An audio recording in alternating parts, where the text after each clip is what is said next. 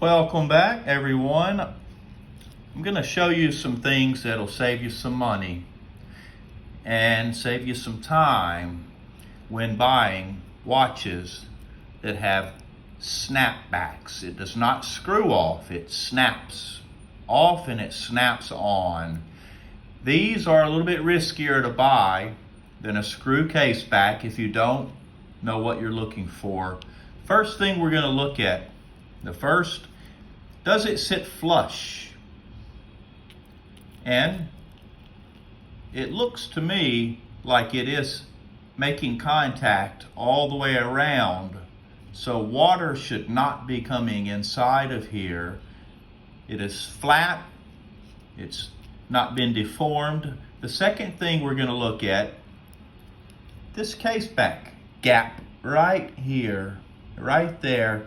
You can see there's a little gap right behind the crown. Seiko makes this gap. Usually it's located here at position 9, or it's going to be located at position 6, but this one is at position 3 here, so that's okay. What we're looking at, is the gap oversized? No, it is not. Is the gap very big and worn out so that water might come in? No.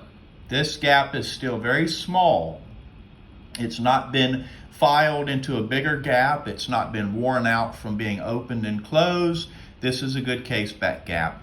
Now, where you're going to really get in trouble when you're buying these is around the edges. The edges will crack.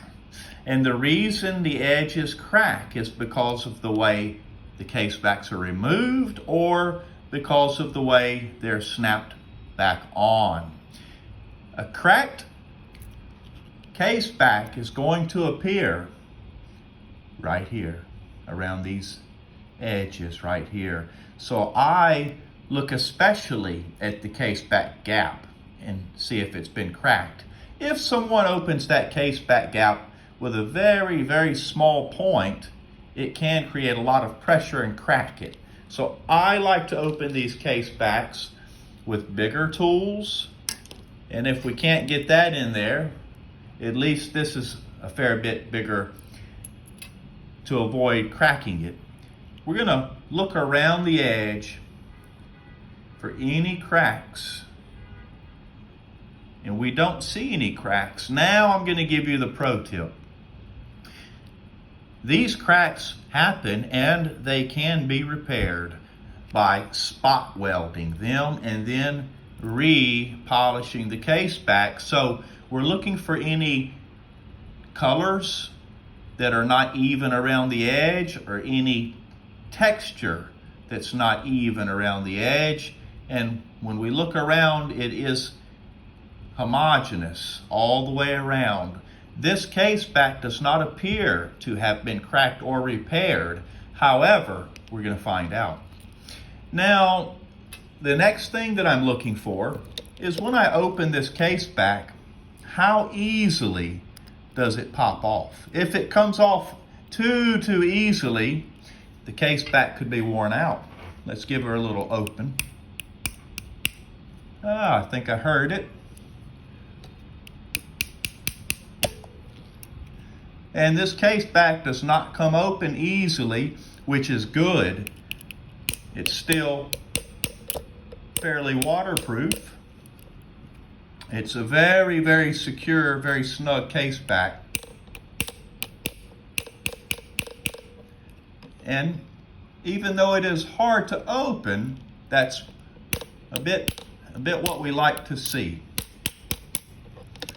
And let's have a look. It is starting to raise up just a little bit.